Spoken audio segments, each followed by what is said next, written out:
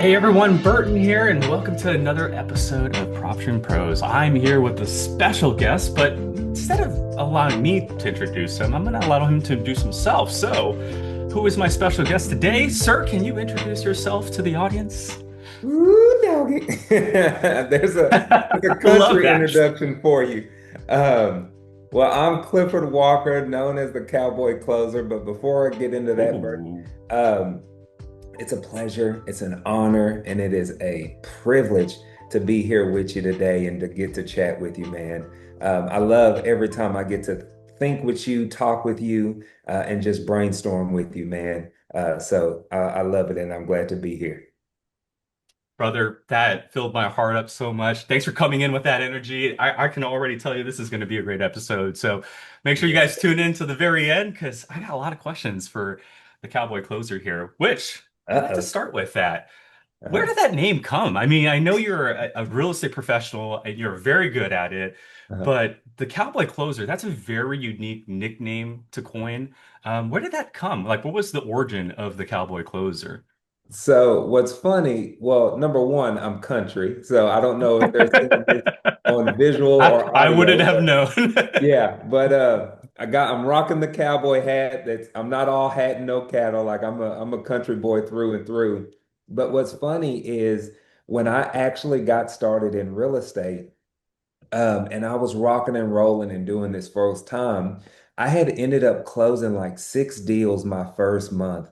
I got What? connected to this mentor and this coach, and I was just going full throttle. And so my wife ended up saying one day, she's like, "Well, I guess you're just the cowboy closer, aren't you?" And I'm like, "You know what? I am." And ever since that, it's just been a part of it. It's just been a part of me. So. I I guess you love could say that. I got to thank her for the name. Shout outs to the Mrs. Cowboy Closer out there for Right. coin. To me, this is a really, really awesome nickname. It really does. And I want to peel the onion apart. You just mentioned that when you first started, you got six deals in your first month. Yeah. That doesn't happen to everybody. So, like, if Yeah. you don't mind, I'd like to talk on that topic really quick. Yeah. What was the motivation?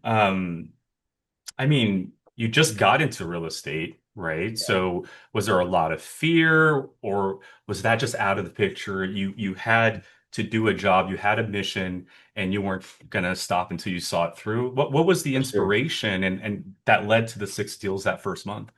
Let me kind of unpack that too a little bit. So Yes, please. when I first jumped into it, I actually tried it like 6 months on my own and didn't get anywhere. And then so when I say my first Mm, month, I ended up biting the bullet and getting a coach and a mentor, which I okay. highly recommend for anybody to expedite your success. And so once I took that leap of faith and invested in myself from somebody that was actually doing the business and knows the business, they gave me a clear roadmap, a clear blueprint.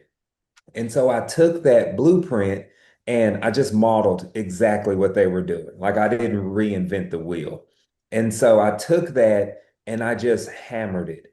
And that's why I say once I got that mentor, I was able to get those six deals that first month just under that mentorship. And so I highly recommend for anybody invest in yourself. But I'm anywho, I'm gonna be here smiling just for a quick second, and for uh-huh, those that are probably watching, like, why is Burton laughing? You literally just reminded people of Burton's experience with IKEA furniture. Like I used uh-huh, to try to put things together without reading the manual, and oh uh-huh, my goodness, that never worked out. And that's like you working 6 months on your own, no blueprint. Finally yeah, get that mentor. In my case, finally, okay, let me look at the manual here. yeah. And in the first month of just following the blueprint, following the manual, we got what we needed to get. So that's really awesome. I just had to share that. But go ahead and continue. No, exactly, right. So I read the manual, so to speak, but though I read that manual, I still had to put the pieces together. And with that Mm. came a lot of work. And so if I want to kind of take people back a little bit, when I got started, I was a truck driver. So Okay. I absolutely hated truck driving. with a passion. I know that many of your listeners probably love what they do, right? They Right. get up, they're fired up to go to work. That was not the case for me. I'm married, I got two daughters, I was gone over the road. I absolutely hated it. And so for me, I saw real estate investing as an avenue to get me out of the truck, to get me back home with my family, to help me create financial freedom, right? And so when I was literally sitting and driving, I would be cold calling like a madman. I don't recommend it. Hands free, everybody, hands free. Hands free, right? But literally, I would be able to print off the pre-foreclosure list from PropStream, and I would be Hmm. calling those people all day, every day for 11 hours a day. And so there was a massive, massive amounts of action that I took to do that. So I I love laugh that. when I hear people say, "Well, I called 20 people."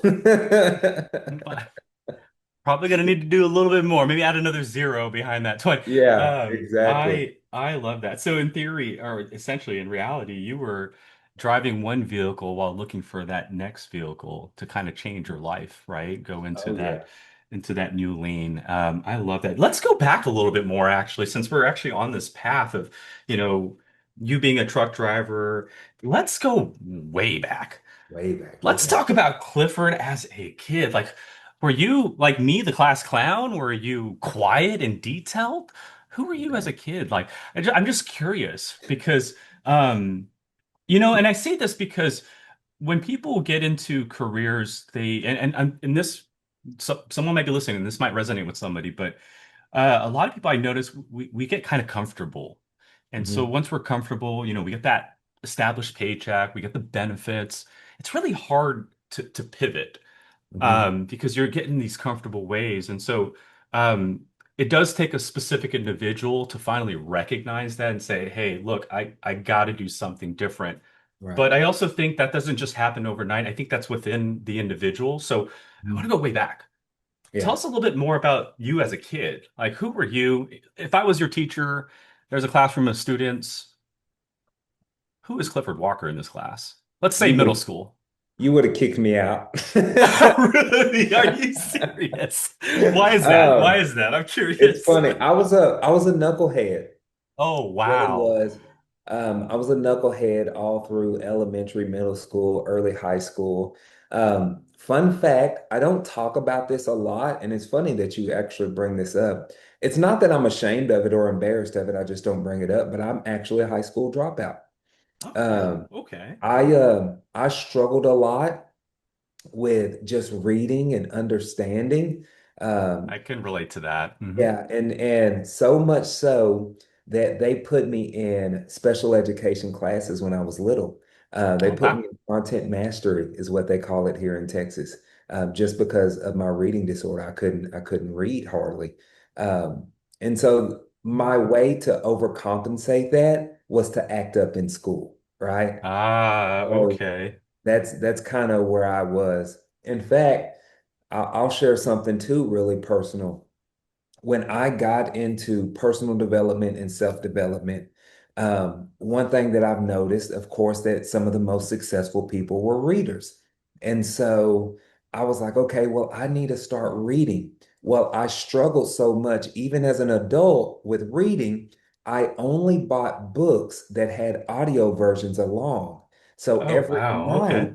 I would sit outside and I would play the audio book and I would read along and follow along.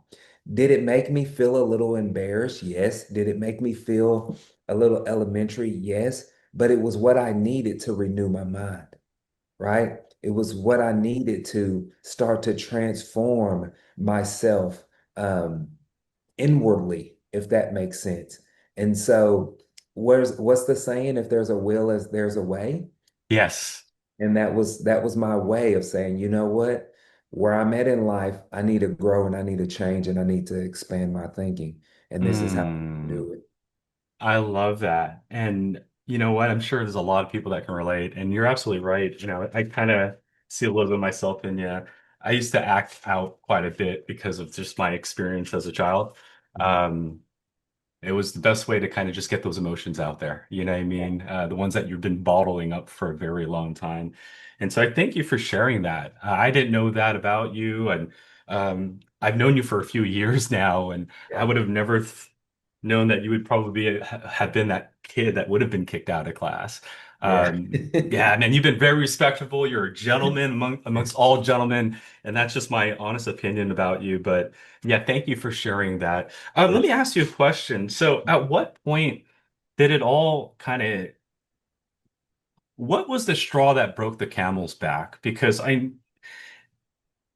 you didn't just wake up like overnight and then, hey, I want to change, right? Like something must have Yeah. happened. There must have been True. experience, maybe an encounter, a conversation, maybe someone you looked up to, or maybe something just hit the fan, right? And Yeah. put you in a predicament, or maybe embarrassed you to where you finally had to pivot a little bit. Do you recall what was that straw that broke the camel's back? I think that it was a melting pot of things, right? Like for me, and I always felt like these God nudges, like these little tugs, Mm. like I'm not doing what I was called to do, you know. And if the audience can just imagine this with me for if you can. I'm sitting and driving in an 18-wheeler in a truck in West Texas alone by myself. And if you've never been to West Texas, ain't nothing out there but cotton fields and yeah, just old clay dirt, right? And so I'm sitting there and I'm driving alone. I'm away from my family. I am miserable. Not in a sense to where like I was going through a depression. Like I was still grateful for that job, but I knew that this was not the calling that God had over my life and for me. And so I'm a firm believer that if you're not doing the thing that you're called to do, it will lead to the thing that you're called to do. Right. And so I'm driving down this road. There's no radio reception. I'm literally only picking up like one radio channel. That's how isolated it is where I'm in this part of Texas. And the irony is that it was a podcast where this guy, his name is Mark out in New York, he was talking about how much money he was making wholesaling real estate, right? And Oh my what's God, so amazing. that just gives me chills. I'm Okay. telling you, what's so amazing about this is God forced me into that position to be sitting there in that truck at that moment, sitting there, and I'm 10 and 2. I'm like perked up, I'm listening, and I'm like, wow, this is incredible. I can actually get started wholesaling real estate with no money, right? And I'm just fired up by this podcast. So when I finally get home, I tell my wife, hey, babe, we're wholesaling real estate. And she's like, what? What are you talking about? But then I just go down this rabbit hole where I'm attending every seminar. I'm going to every live event that I possibly could. I'm listening to every podcast now, YouTube, radio station that was talking about real estate investing. And that's what led me here, God works in mysterious ways, and doesn't he? definitely that's a Yeah. very amazing story there. Shout outs to Mark. Um, Mark, you definitely changed one man's life, and I hope you did. I'm sure you changed many, many others as well during that Yeah. I need podcast that to you did. I need So to find that guy and you do got something to, man. with him. Let me know if I Like can help. I hope he's listening to this episode. seriously, I really That would do. be great. Okay, that I love this story. That helped, that resonated not with just me, but I'm sure a lot of our audience members. So fast forward now, Yeah. Mhm. you're the troublemaker, knucklehead, you become a truck driver. Um, you love it, obviously, you're doing your thing, but there's just this inner voice telling you, hey, there's still more that has to be done. Oh yeah. Um, as we discovered, God works in mysterious ways. You're in West Texas. Um, literally from like by yourself. I mean, literally by yourself. There's probably nobody around your truck as you're driving. Only channel that comes on is a podcast that talks about wholesaling. You get inspired, you go down that rabbit hole, you drag your wife into it and the $2 with you. Hired a mentor because you tried it for 6 months. I'm sure that Yeah. wasn't a great experience. So you finally hired a mentor, and then six deals get closed that first month after following the blueprint. I want to ask you one thing about the mentorship because I'm sure there's a lot of people out there that are probably on the fence about that. Mhm. What was the big difference between doing it yourself and the mentorship besides the blueprint? I know the blueprint's Yeah. very, very important. Don't get me wrong. Once you have the recipe, it's very, very powerful, right? Besides trying to like make the meal off taste. Was there anything else that the mentorship provided that you didn't have? Things like maybe accountability, inspiration, one-on-one conversation. Like, what are the benefits that that mentor provide you other than just the blueprint? Yeah, I think it's all of the above. Definitely the accountability, the inspiration, the community, which is massive.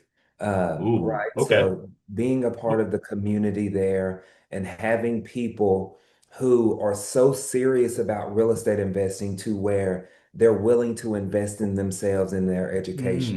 Mm, They're willing to put themselves in the room. And so I hope this doesn't sound awful, but when you become a part of those type of communities, you typically get a different quality of person.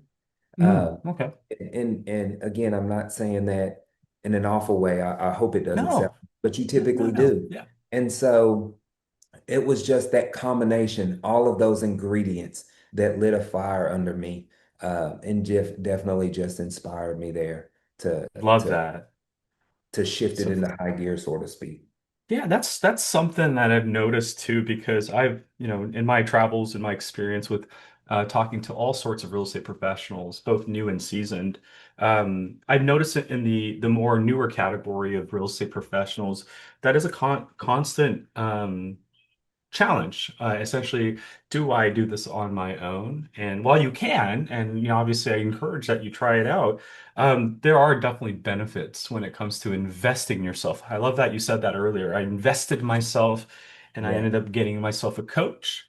And Mhm. that led into six deals the first month after following that blueprint. So thank you for sharing that. Let's now go to what And you you know do and what? what you do best. Go ahead. Go ahead. Sorry. Just a random thought on that, and I've been challenging people in their thinking a little bit here.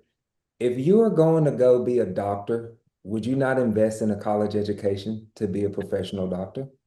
There you If go. you're going to be um, what an electrician, an engineer, right? A plumber, right? All of these things require a welder, some type of additional education that you typically have to pay or invest in to get a Yep. job.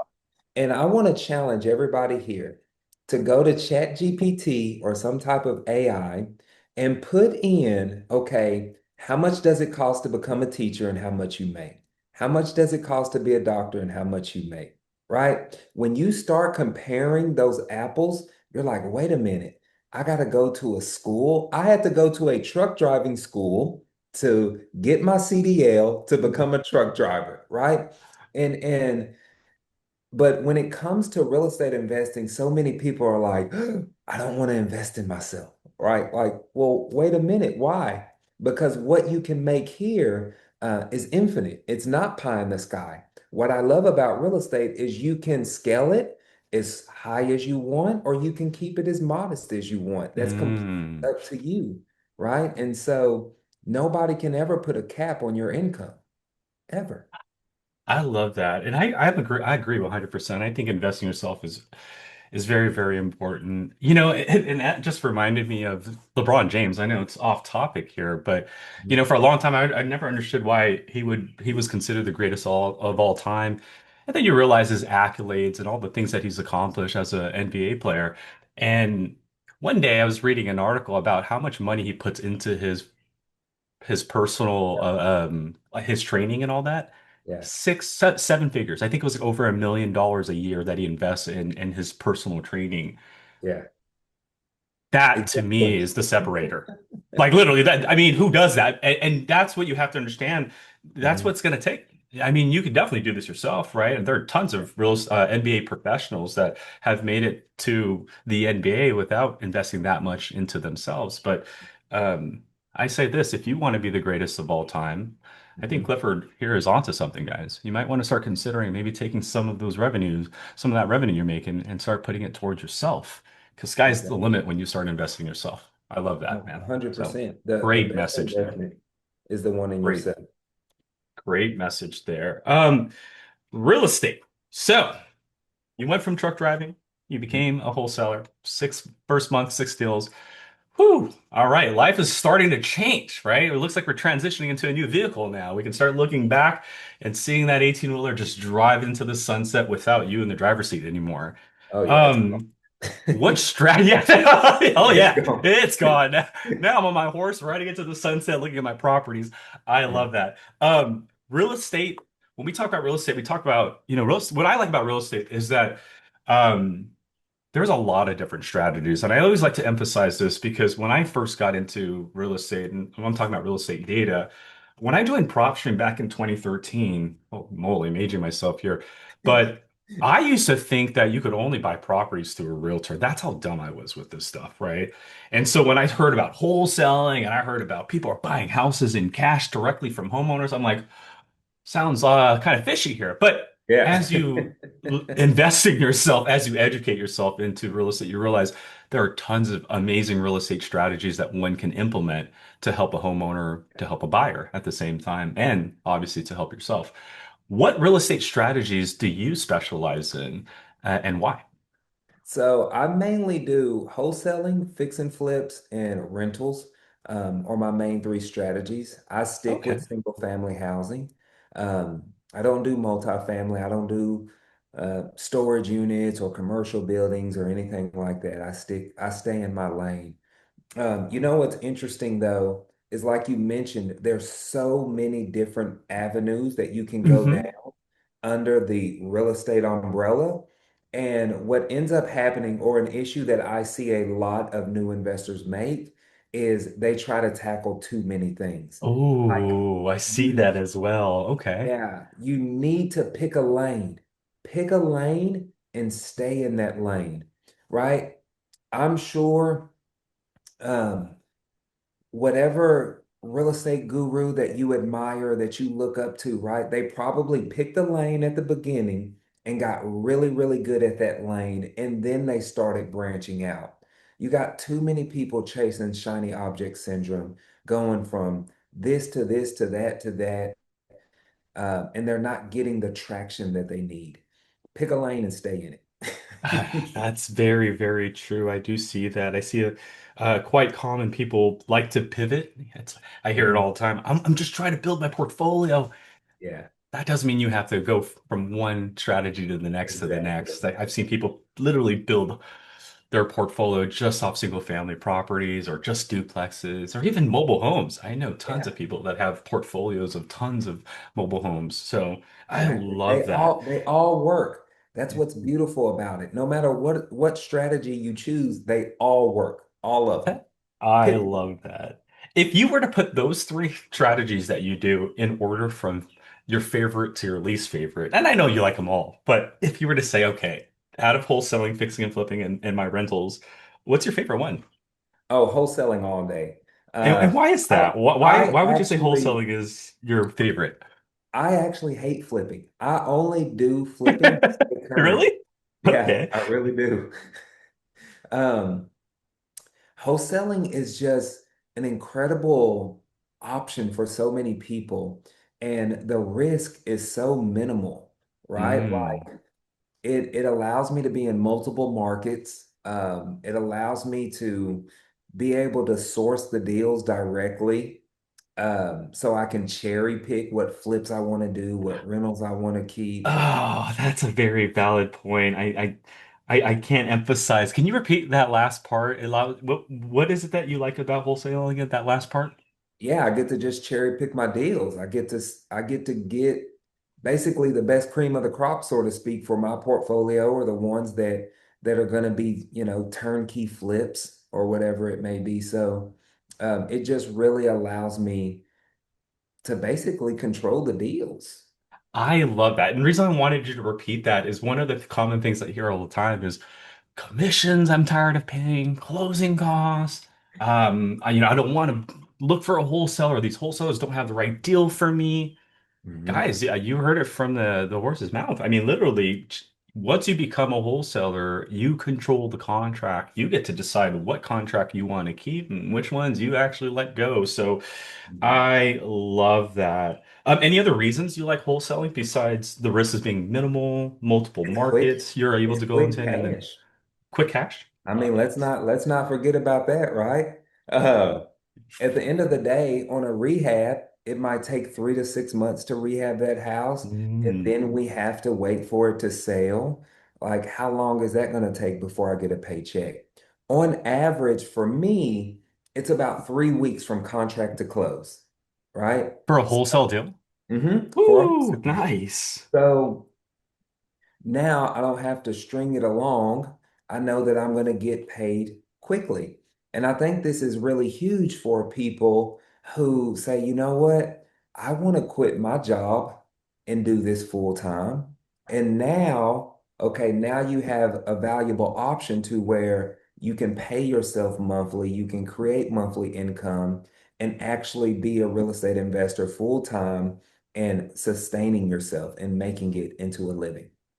I love that. Is it safe to assume that due to the wholesaling, you were able to build up capital to then pivot into the Mhm. fixing and flipping and then the rental? So essentially, you use it kind of like that stepping stone to the next that next strategy, which is fixing and flipping. And then obviously, rather than fixing and then flipping it, you decide I'm going to fix it and keep it in my rental portfolio. So Exactly. if anything, like that wholesaling was really the entry to all the other strategies that you've implemented. Exactly. And I think I it can for so many folks. really okay. What would you say in your experience when you talk to people and they ask you, "Hey, so Mr. Cowboy Closer, um, you're really awesome at wholesaling, but here are my fears." Like, what are the things that you hear people struggle with when they think of wholesaling or get involved with wholesaling, and what words of advice would you like to give them to hopefully get past that speed bump? Oh, I got a whole lot right here. Oh, let's go at it, man. Let's go. Share them Um, off.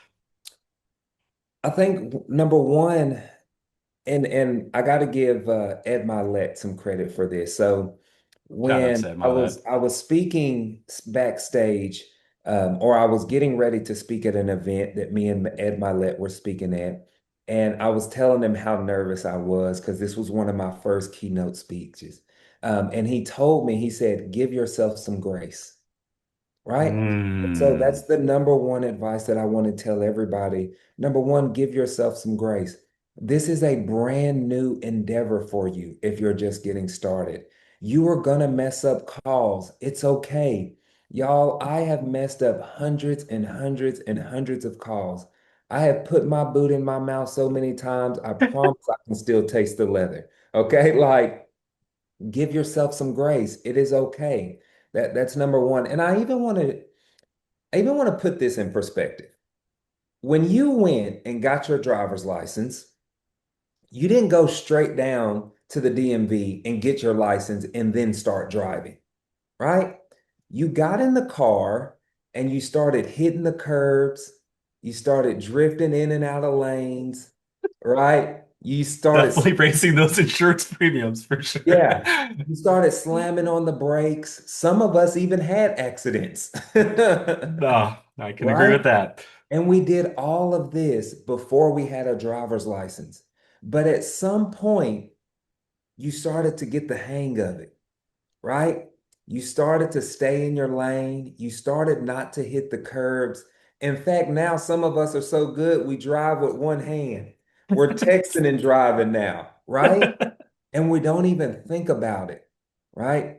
And so the same thing applies here. Yes, you might hit a curb when you're talking to a seller.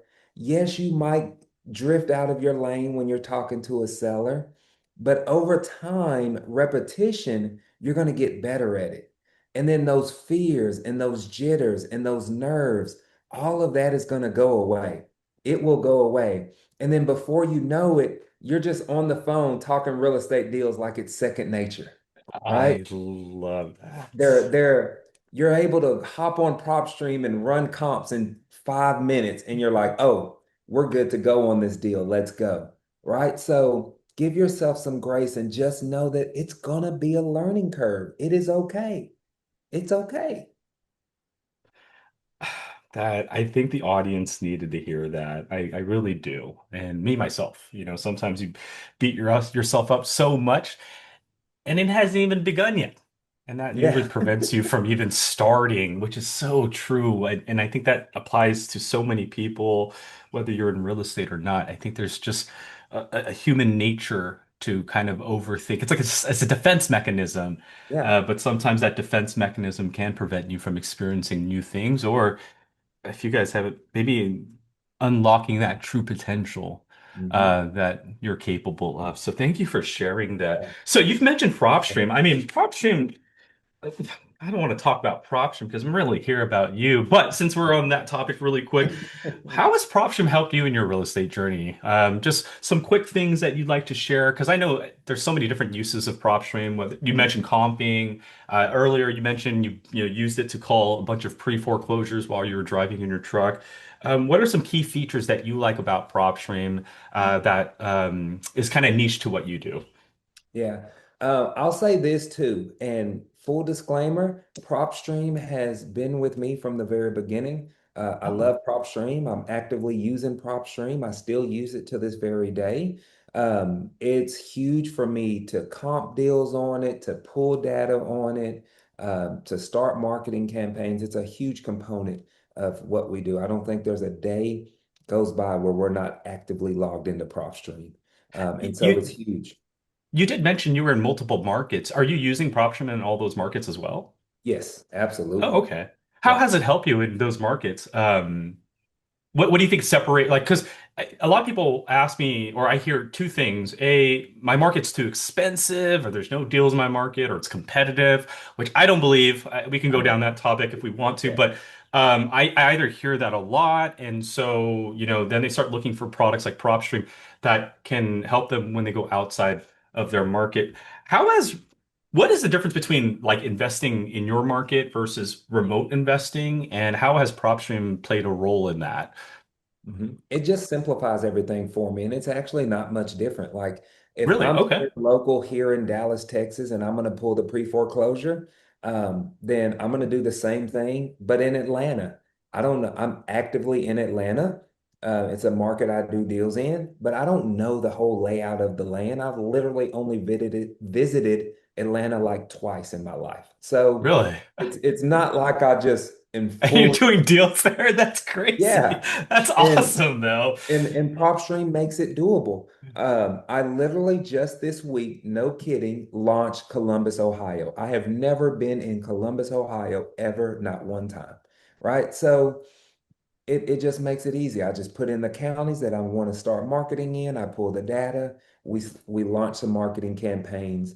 You can literally be in any market within an hour or 2 hours max. That to me is just crazy that you said that because I remember when I first started with PropStream, and this is our product here. This is our CD version. Um, remote investing was rare. It wasn't a Yeah, thing that you can do. Data wasn't obviously there, right? yeah, And so to hear that you're able to just be like, Columbus, Ohio, yeah, let's go ahead and do deals there today. And then to yeah. be able to just pull a list, market, and then I'm sure when the owners call, you now have the ability to check mortgage info, equity, comp properties, and Mhm. stuff like that through PropStream. That is crazy. But with that said, Columbus, Ohio, does that mean we might see a Cowboy Closer pop up there in the future, maybe? Just, Hey, you oh, know? absolutely. I'm down. Okay, all right, man. Any Absolutely. investors out there listening, uh, tune in. I mean, you might want to follow Cowboy Closer here because he might just announce his visit to your neighborhood in the near Yeah. future. That is awesome. We're coming to an end here. I want to make sure that we do provide value to our audience members. So I want to pivot to kind of a conversation towards our audience. Not too often do we have the luxury of speaking to an awesome real estate professional like yourself. And so I want to for selfish reasons and for, the fact that I care about our audience, I want to take advantage of your expertise and I want to just extract all of that. So I like this portion of No pressure. I like this portion of our episode. It's just thoughts for the audience. Uh-huh. But I want to kind of give you an open mic. Mhm. What would you like to say to the audience members? Is there any message that you like to give out there? I mean, there might be someone that's listening, maybe in the same position you found yourself in many years ago. Maybe there is a truck driver that's driving down that lonely road right now who wants to take care of his family, who wants to achieve what you've achieved. What message would you give to that person listening on the radio right now? Um, we talked a little bit about like the fear and doubt. I kind of want to let everybody know that, hey, feeling those things are okay. We just can't let those things control us, right? Um, that fear, that doubt, those are dream killers. We have to move anyway because you never know the impact that you're going to make by you betting on yourself, by you taking that massive leap of faith. If you would have told me 7 years ago, I've only been doing this since 2019. And I have had the blessing and the privilege to speak on stages, to become a best-selling author, to launch a nonprofit, all because I started real estate investing, all because I betted on myself, y'all. And I just couldn't believe that my life would be so much different. And there's somebody listening where you have books in you, you have ministries in you, you have an impact that you can make way beyond just making money, right? And lining your pocketbook. Like that is great. But also, I think about the people that we serve. And this is what I believe to my core. I believe that we are building generational wealth by serving other people. That is Mm, what this is all about. If you want longevity in this industry, focus on serving. Y'all, I'll tell you a secret. I'm not no type of grandmaster closer. I'm not, right? Don't let the name fool you. But when I go into any conversation with a seller, my goal is how can I serve you? How can I help you? oh, Because these families are going through a tough season in their life. They're facing foreclosure. They're going through a debate, a probate, or a divorce, right? They need somebody to come in there and pray with them, mm. not on them. Am I making sense here? Oh, can you repeat that? Please, Right? that, Like, ooh. and Oh, man. so seriously, like just focus on the serving and all of the other stuff takes care of itself. All the other stuff. So I think that would be my little mic drop moment there.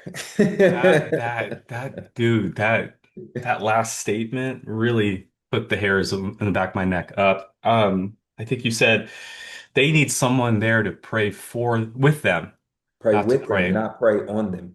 Mm, mm. Thank you for sharing that. I needed Yeah, to hear that personally, and I'm sure someone out there needed to hear that too. Clifford, thank you. Thank you for giving me this time. Thank you for absolutely. blessing PropStream and our audience members with you. This is really why I do this. Wholesaling and fixing and flipping and rentals, nothing new. And I want to share that with everybody. This is Absolutely. something that you can do. It's been out there for some time now. But to me, what's important is the person that you are as you're doing it. And this is why I like to bring real estate professionals like Clifford onto our show so that you can see that anybody can do this, right? You don't have to be the greatest human being in the world, as we discovered, you know, Clifford, sorry to bring it up again, but we could be a knucklehead. Yeah. And at some point along the line, we can wake up from that Yeah. and achieve or do what we need to do that mission that we were designed to complete. And yeah, so listen to that inner voice. Don't suppress it, 100%. right? Don't suppress it. 100%. Clifford, you are amazing. Thank you so much. Will you be okay if we maybe reach out to you in the next few months, maybe do a kind of like a checkup and see where you're at, how things are going towards the end of the year? Is that okay with you? Oh, 100%, brother. It's always an honor to get to spend some time with you in the PropStream community. Whatever y'all need, consider it done. Absolutely consider it done. So, You yeah, are just let me amazing. know. And then the last two things is how can people get a hold of you? I mean, do you have any social media? Do you have a YouTube channel? How can any of our followers learn more about you or follow your journey? Oh, absolutely. I'm big on Instagram and YouTube, Clifford the Cowboy Closer across all platforms. But yeah, they can follow me on those channels. And I always share details. I do in-person events now, like one-day mastermind style trainings where I really help people get started. I do virtual events, so they'll be able to see all that wonderful stuff. I love that. And the last thing, this is just for my personal benefit here. Um, Earlier in our conversation, you mentioned something that was actually it struck me personally because I was in the same experience, and that was the reading part. I hated reading all my life. It wasn't until maybe the last 5 years that I started picking up more reading, as you can see. You mentioned you were a best-selling author. What's the name of your book? Because maybe I might get it myself, add it to the library, and then not only that, but I'm sure some of our audience members were probably asking the same question. So, what was that name Uh, of the book? Roadmap to Success, and it's on Amazon. Yeah, to success. Yeah, Thank you so much for absolutely. sharing everything from who you are as an awesome human being to your experiences in life to what you're doing in real estate to where you're heading. I appreciate it, and I'm looking forward to our next episode with you featured in it. So thank you, Clifford, for Looking being here forward today. to it. Thank you, brother. It was my pleasure. Absolutely. Thank you, everyone, for joining. I hope you tune into our next episode. This is Burton and Clifford, the Cowboy Closer, tuning out. Take care.